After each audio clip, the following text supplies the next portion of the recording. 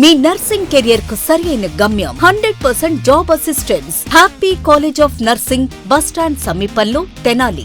Cell numbers 8897028588. Star Srinidhi. Star Srinidhi. Secure your future, save it right. Star Srinidhi, your trusted support since 2020. Ceci Delicious Sweets and Bakery, Prakasam Road, Ganganamapeta, Tenali. ఈ convention function hall AC, RTC bus stand out gate ఎదురు, తెనాలి.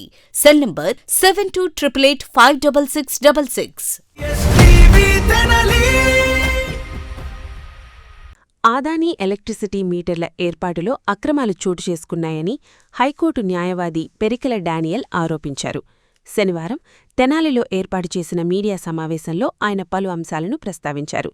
కేంద్ర ప్రభుత్వ ప్రకటనను చూసి ఐతానగర్లోని నివాసానికి 2026 April 26న solar ప్యానెల్తో కూడిన విద్యుత్ మీటర్ను ఏర్పాటు చేసుకున్నామని, ఆ సమయంలో మీటర్ రీడింగ్ 879 యూనిట్లు ఉండగా జూన్ నెలాఖరుకు అది 1045 యూనిట్లకు చేరిందన్నారు. అయితే మీటర్ నుంచి 694 యూనిట్ల విద్యుత్ను తొలగించినట్లు ఆరోపిస్తూ సంబంధిత అధికారులకు ఫిర్యాదు చేసినా స్పందన లభించలేదని పేర్కొన్నారు. అలాగే మీటర్ రీడింగ్లు, బిల్లుల మధ్య వ్యత్యాసాలున్నాయని ఆరోపించారు. ఈ అంశంపై విద్యుత్ శాఖ అధికారులకు పలుమార్లు ఫిర్యాదు చేసినప్పటికీ తగిన చర్యలు తీసుకోలేదన్నారు. ఈ వ్యవహారంలో బాధ్యులపై సమగ్ర విచారణ జరిపి వినియోగదారులకు న్యాయం చేయాలని ప్రభుత్వాన్ని, విద్యుత్ శాఖ ఉన్నతాధికారులను న్యాయవాది పెరికెల డానియల్ కోరారు. కేంద్ర ప్రభుత్వం ప్రవేశపెట్టిన సోలార్ ముఫ్త్ బిజిలీ అంటే ఫ్రీ ఫ్రీ ఫ్రీ అన్నట్టుగా ఆ సోలార్ ప్యానెల్స్ కనుక మీరు బిగించుకుంటే మీరు హ్యాపీగా అసలు మీరు ప్రతి నెల డబ్బులు కట్టాల్సిన అవసరం లేదు, బిల్లు కట్టాల్సిన అవసరం లేదు అన్న ఆ ప్రకటనలు చూసి ఇన్స్పైర్ అయిపోయి నేను ఒక 2 లక్షలు పెట్టి పైన కట్టించానండి. ఆ ప్యానెల్స్ మొత్తం పెట్టించాను. ఆ డబ్బులు వాళ్ళు వాపసు పండి సబ్సిడీగా. ఎప్పుడైతే వాళ్ళు స్టార్ట్ చేశారో 26/4/26 నుంచి స్టార్ట్ చేశారు అది ప్యానెల్స్ ఫంక్షన్ చేయడం అనేది, అప్పటి నుంచి ఒకే రకంగా జంప్ మామూలుగా లేదు. ఎవరిది? అదానీ మీటర్స్, అదానీ. ఆ మాట నాకు ముందు చెప్పలా. పైన ఆ ప్యానెల్స్ కూడా అదానీ ప్యానెల్స్ పెడతాంటే నేను ఒప్పుకోవాలా, ఎందుకంటే దాని గురించి బాగా బ్యాడ్ ఉంది, నాకు అదానీ ప్యానెల్స్ వద్దు అంటే వాళ్ళు వేరే కంపెనీ వాళ్ళు పెట్టారు. అప్పటిదాకా అది బాగానే ఉంది, వాడు బాగా ఫుల్గా జనరేట్ చేస్తుంది కూడా, ఎలక్ట్రిసిటీ కూడా బాగా జనరేట్ చేస్తుంది. అయితే ఇక్కడ ప్రాబ్లం వచ్చేసి 2 ప్రాబ్లమ్స్ అండి. ఒకటి స్ట్రైట్ అవే నెక్స్ట్ మంత్ 800 అంటే మే 2026న 879 యూనిట్స్ నేను కాల్చినట్టుగా, నేను ఉపయోగించినట్టుగా వచ్చింది. అసలు 879 యూనిట్స్ నాకు 26 సంవత్సరాలు ఇల్లు కట్టి ఇక్కడే ఉంటున్నాం, ఎప్పుడు కూడా ఇది 350 దాటల. అదేంటి నేను ప్రశ్నిస్తే వాళ్ళు సమాధానం చెప్పేది ఏంటంటే ఆ యూనిట్లన్నీ కూడా పైగా వాళ్ళు ఎంత చూపిస్తున్నారని 800 జనరేట్ చేస్తుంది కదా, యూనిట్లు కూడా జనరేట్ చేస్తుంది కదా, ఆ జనరేట్ చేసేది చాలా తక్కువ చూపిస్తున్నారు. దాని మొత్తాన్ని కూడా 1045 యూనిట్స్ జనరేట్ చేసి వీళ్ళు ఎన్ని చూపించారు? ఏప్రిల్లో 26, మేలో 186, జూన్లో 139, మొత్తం కలిపి 351 మాత్రమే చూపిస్తున్నారు. వై? మరి ఈ మిగతా 694 యూనిట్లు ఏమైపోయినాయని అడుగుతుంటే వాళ్ళు ఇచ్చే సమాధానం అవన్నీ కూడా ఆటోమేటిక్గా మేము ఉపయోగించుకుంటున్నామంట, ఉపయోగించుకున్న తర్వాత మిగిలిన దాంట్లో చూపిస్తుందంట. అసలు I don't know what is this. ఆ యూనిట్లు ఏవైతే వాళ్ళు జనరేట్ చేస్తున్నారో దీంట్లో ఎందుకు చూపించటం లేదు? అదే కనుక చూపిస్తే కొంత బెటర్. అది లేకుండా ఈ మోసం ఏంటి? ఎందుకు వీళ్ళు ఇట్లా చేస్తున్నారు? మరి లాస్ట్ మంత్ నేను బిల్లు కట్టలేదు, మరి నేను ఆల్రెడీ ఈ గారికి కూడా నేను లెటర్ రాశా, ఇక్కడ ఈ గారికి లెటర్ రాశా ఐదానగర్లో, ఎవరు కూడా నాకు రిటర్న్గా రిప్లై ఇవ్వలేదు. నిన్న కూడా మీరు బిల్లు కట్టలేదని అని చెప్పి ఫోన్ వస్తే మీరు నాకు రిప్లై ఇవ్వండి, మీకు ఇన్ రైటింగ్ నాకు రిప్లై ఇవ్వండి, నేను తర్వాత ఏ కోర్టుకి వెళ్ళాలో నేను చూసుకుంటా. ఈ మోసాన్ని మాత్రం నేను ఒప్పుకోను. ఈ ఎలక్ట్రిసిటీ బిల్లు తర్వాత అదానీ కంపెనీ వాళ్ళు కూడా మొత్తం మిక్సప్ అయిపోయారని నేను చెప్తున్నా. 26 సంవత్సరాలు లేని ఇప్పుడు నేను సమాధానం అడుగుతుంటే మీరు చెప్పరా? ఏంటి మీ నిర్లక్ష్యం ఏమిటి అని నేను ఎలక్ట్రిసిటీ వాళ్ళని అడుగుతున్నా, డిమాండ్ చేస్తున్నా. మీరు చెప్పాలి. అదానీ మీటర్లు లేకుండా ఇంకా మీటర్లు లేవా? అంతకుముందు గవర్నమెంట్ మీటర్లు ఏమైపోయినాయి? ఎందుకు ప్రతిదానికి అదానీ ఏదని అంటారు? వై? మీరు ఏదైనా సరే గవర్నమెంట్ వాళ్ళు కరెక్ట్గా మంచి మీటర్లు మాత్రమే బిగించాలి, అదాని మీటర్లు వద్దు. ఇదే లేదా మీరు చెప్పండి, అదాని మీటర్లు మీరు పెట్టారు, you give the satisfactory reply. Electricity డిపార్ట్మెంట్కి ఆ ప్రైవేట్ కంపెనీకి మధ్య జరిగిన అండర్స్టాండింగ్స్ ఏ విధంగా ప్రజలకి మేలు చేయాలి అనే విషయంలో స్పష్టత లేదు. అదేవిధంగా కస్టమర్ తయారు చేయించుకున్నటువంటి ఎలక్ట్రిసిటీని ఆ ప్రైవేట్ కంపెనీ ఏదైతే ఉందో వాళ్ళు వాడుకొని కస్టమర్కి నష్టం కలిగిస్తున్నారు.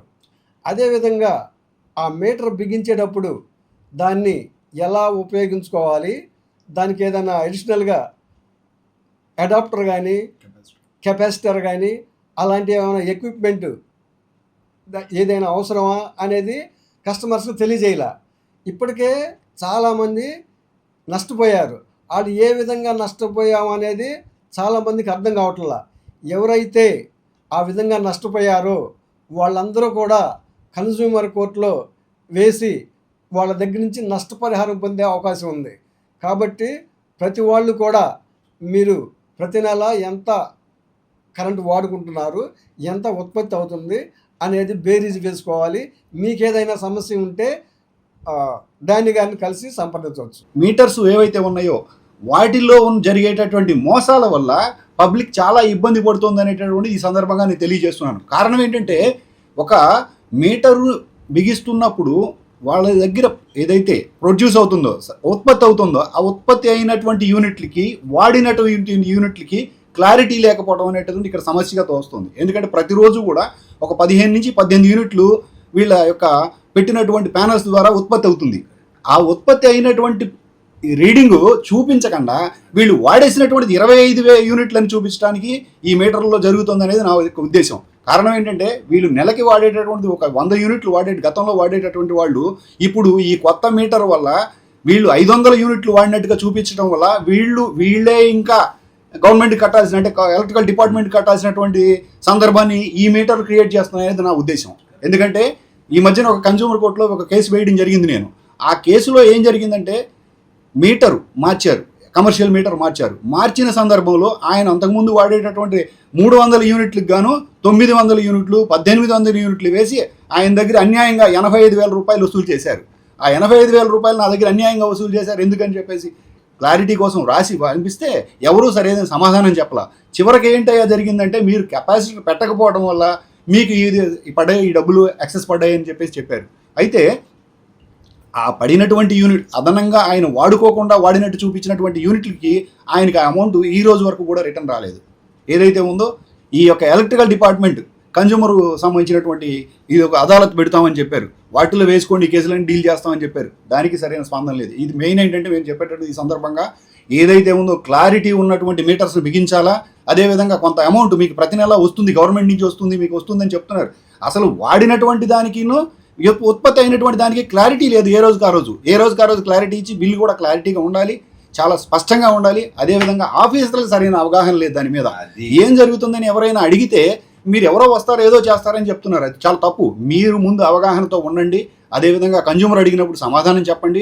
అదేవిధంగా ఏ రోజు ఎన్ని యూనిట్లు ప్రొడ్యూస్ చేసింది, ఎన్ని యూనిట్లు వీళ్ళు వాడారనేటటువంటి క్లారిటీగా బిల్లులో ఏర్పాటు చేయండి. అప్పుడు ఏంటంటే పబ్లిక్కి మంచి జరుగుతుందనేది ఉద్దేశం. అదేవిధంగా ఏంటంటే ఈ సోలార్ ఏది సిస్టమ్ని గవర్నమెంట్ ఉద్దేశించి అందరికీ కూడా పెట్టుకోండి అని చెప్తున్నారో అదే సందర్భంలో పూర్తి అవగాహన ఉండాలి. ఎవరికి వాడుకునేటటువంటి వ్యక్తులకి ఉండాలి, ఆఫీసర్స్కి ఉండాలి. ఈ సందర్భంగా నేను చెప్పేది ఏంటంటే పూర్తిగా క్లారిటీ ఇవ్వండి.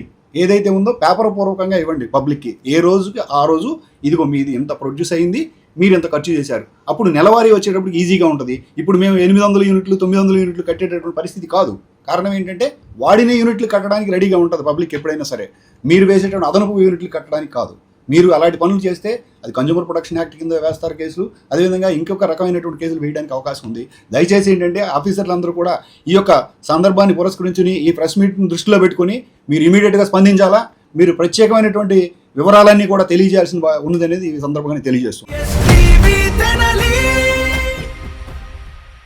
ఆంధ్ర పారిస్ తెనాలిలో అధునాతన హంగులతో మీకు స్వాగతం పలుకుతోంది ఈ కన్వెన్షన్. వెడ్డింగ్స్, రిసెప్షన్స్, ఎంగేజ్మెంట్స్, కాన్ఫరెన్స్లు, సెమినార్స్ మరియు అన్ని రకాల ఫంక్షన్లకు అనువైన వేదిక. ఈ convention function hall AC, RTC bus stand out gate ఎదురు, తెనాలి. Cell number 7288566666. మీ నర్సింగ్ కెరియర్ కు సరైన గమ్యం happy college of nursing Tenali. Inter పూర్తి చేశారా? నర్సింగ్ రంగంలో ఉన్నత భవిష్యత్తు, విదేశాలలో ప్లేస్మెంట్ అవకాశాల కోసం చూస్తున్నారా? అయితే అడ్మిషన్లు ప్రారంభమయ్యాయి. 100% జాబ్ అసిస్టెన్స్, ఎంపికైన సీట్లకు ఫ్రీ ఎడ్యుకేషన్ స్కాలర్షిప్, గుంటూరు జిల్లాలోని 350 స్వంత హాస్పిటల్ బెడ్స్ తో క్లినికల్ ట్రైనింగ్ అండ్ అసోసియేషన్ అవకాశాలు. మీ కలలకు రెక్కలివ్వండి. నర్సింగ్ లో మీ కెరియర్ ను ఈ రోజే ప్రారంభించండి. Happy college of nursing, bus stand సమీపంలో, Tenali. Cell numbers 8897028588 and 7893405982.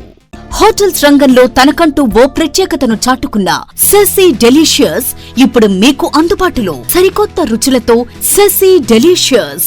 South Indian, north Indian, Chinese, bakery, desserts and ice creams, ఇంకా ఎన్నెన్నో రుచికరమైన న్యూ వెరైటీ ఫుడ్ ఐటమ్స్. సెసీ delicious sweets and bakery, Prakasam road, Ganganammapeta, Tenali. Star Srinidhi.